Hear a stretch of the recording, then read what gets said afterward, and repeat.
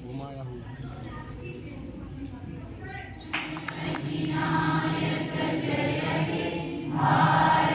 भाग्य विधाता पंजाब सिंध गुजरात मराठा द्राविड़ उत्कल बंगा विंध्य हिमाचल यमुना गंगा उचल जलहि तरंगा तब शुभ नामे जागे तब सुबास मांगे गाए तब जय गाथा जन गण मंगलदायक जय हे भारत भाग्य विधाता जय हे जय हे जय हे जय जय जय जय हे भारत माता की जय भारत माता की जय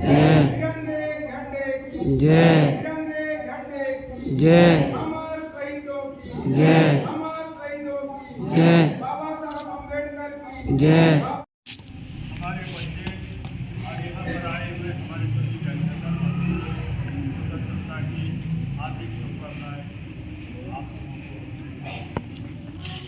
आप जो है स्वतंत्रता की इस क्षण में ये जो हमारा भारत तिरंगा दिख रहा है, हमारे साले परिवार ऊर्जावान एवं कर्मठ प्रभारी प्राचार्य आदरणीय साय सर और सभी ऊर्जावान व्याख्यातागण और प्यारे बच्चे, आज 78वां स्वतंत्रता दिवस मनाने के लिए यहाँ पर हम उपस्थित हुए हैं और आप सभी का हार्दिक अभिनंदन है।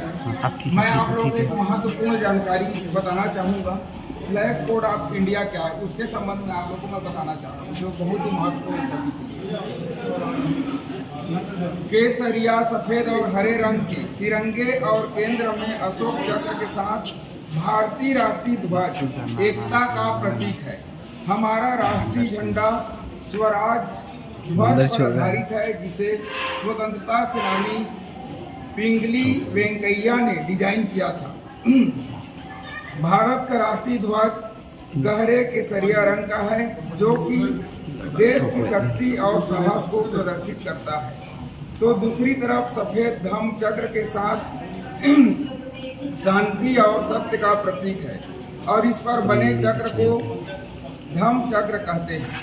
निचली यानी कि हरी पट्टी धरती की उर्वरता, समृद्धि और भूमि की पवित्रता को दर्शाती है। राष्ट्रीय ध्वज के बीच में बने 24 तिलियां मनुष्य के गुणों को प्रदर्शित करने के साथ साथ चारों तरफ विकास, प्रगति, निरंतरता और कर्तव्य को संदेश देती है। भारतीय ध्वज की गरिमामयी प्रतिनिधित्व को नियंत्रित करने के लिए कानून बनाया गया है। सम प्रतीक और नाम अनुचित प्रयोग का निवारण अधिनियम 1950 और राष्ट्रीय गौरव अपमान निवारण अधिनियम 1971।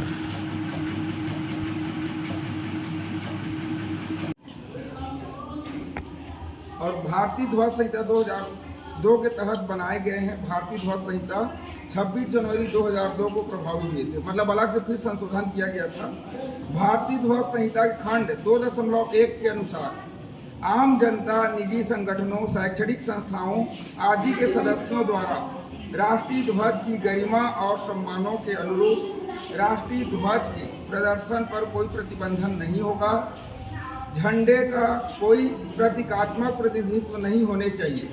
झंडे को क्षैतिज दिशा में फहराना चाहिए और केसरिया रंग हमेशा सबसे ऊपर रखना चाहिए। मध्य में अशोक चक्र जीवन के चक्र का प्रतिनिधित्व करता है। झंडे का मानक ब्यूरो द्वारा प्रोटोकॉल के अनुसार ही भारतीय राष्ट्रीय ध्वज का निर्माण किया जाता है।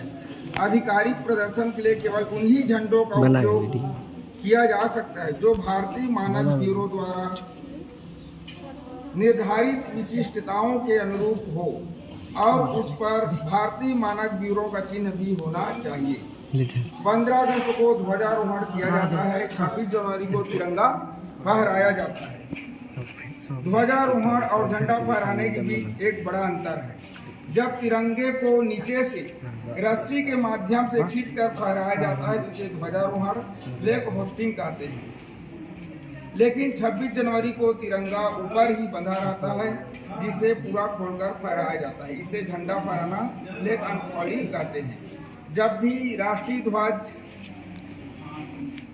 फहराया जाए तो उसे सम्मानपूर्ण स्थान दिया जाना चाहिए। राष्ट्रीय ध्वज को ऐसी जगह लगाया जाए जहां से झंडा स्पष्ट दिखाई दे। सरकारी भवन पर ध्वज रविवार और अन्य छुट्टी के दिनों में भी सूर्योदय से सूर्यास्त तक फहराया जाता है। विशेष अवसरों पर इसे रात को भी फहराया जा सकता है। ध्वज को सदा सम्मान से फहराया जाए और धीरे धीरे आदर के साथ उतारा जाए। चढ़ाते और उतारते समय बिगुल बजाया जाता है, तो इस बात पर ध्यान रखा जाए कि ध्वज को बिगुल के आवाज के साथ ही फहराया और उतारा जाए। ध्वज का प्रदर्शन सभा मंच पर किया जाता है तो उसे इस प्रकार फहराया जाएगा कि जब वक्ता का मुंह श्रोताओं की ओर हो तो ध्वज उनके दाहिने ओर हो। फटा या मैला राष्ट्रीय ध्वज नहीं फहराया जाता है। राष्ट्रीय ध्वज केवल राष्ट्रीय शोक के अवसर पर ही आधा झुका रहता है। किसी दूसरे ध्वज या पताका को राष्ट्रीय ध्वज से ऊंचा या ऊपर नहीं लगाया जाएगा और न ही बराबर में रखा जाएगा। जहां तिरंगा फहराया जा रहा है वहां पर यह सबसे ऊपर होने चाहिए, यानी इसके साथ कोई और झंडा इससे ऊंचा नहीं होने चाहिए। ध्वज पर कुछ भी लिखा या छपा नहीं होना चाहिए। जब ध्वज फट जाए या मैला हो जाए तो उसे ससम्मान पूरा नष्ट किया जाए। राष्ट्रीय ध्वज तिरंगे को व्यावसायिक उपयोग नहीं किया जाना चाहिए। जिस खंभे या स्तंभ पर झंडा लगा हो उस पर किसी तरह का विज्ञापन नहीं होना चाहिए।